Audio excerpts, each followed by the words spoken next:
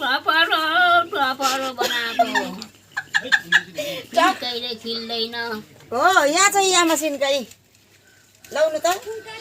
यसले सिन्का हुन्छ यसले हुन्छ लाउनु यहाँ खिल्दैछु छिल्दैछु त म गर्छु है यसले तताइदिएन पूजाकी आमालाई भनेको त के पड्याएर के गर्ने आमा टपरी आमा जमरा राखेर टिको लाउने हौ ए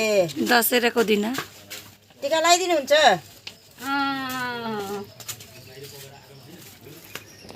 खिल्दैन सिन्कैले के टपरा लाउनु के जमरा लाउनु भएन सिन्का नबनाइमा टपरै गाँच्दिन अब के हेर्नु त भयो भयो अलि बिट मार्नुपर्छ धेरै होइन बिट मारिदिने यसरी हजुरको भयो भयो खै देखम आमाले टपरी बुन्नु भएको कम्प्लिट भएको छैन अलिकति बाँकी छ छेउछेउमा अलिकति बिट मुखै मार्ने देखेर हरिएर भने भएन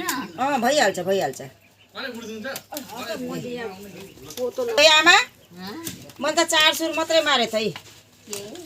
4 सुर मात्रै मारे भनेको 4 सुर के 4 सुर बिट मार्यो मारिदिए धेरै मार्यो नि ए केही हुन्न अलिअलि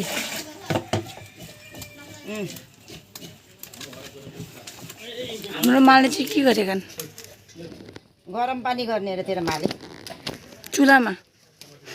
चुलामै त गर्ने होला के अनि के गरेका त तिमीले आगोल टोकोभित्र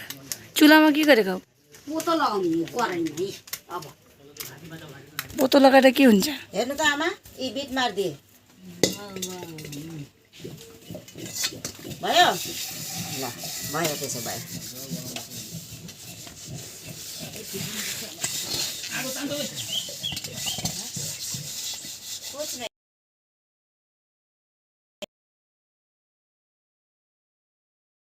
शान्ति अहिले कति बाँच्न छ नि आमा यो खप्परमा कति दुःख लेखेछ यति छिटो मरिन्छ अहिलेको दसैँ त बिहान एउटा टिनो रहेको छ एउटा दसैँ आउँदैछ जमरा राख्नलाई बनाउनु एउटा भएको टिनो टपरी सोचेको होला नि ए यो टपरी मैले बनाएँ ल ल दिम्ला नि आमा सबैलाई हेप्पी नवरात्रि भित्र भएका मान्छेले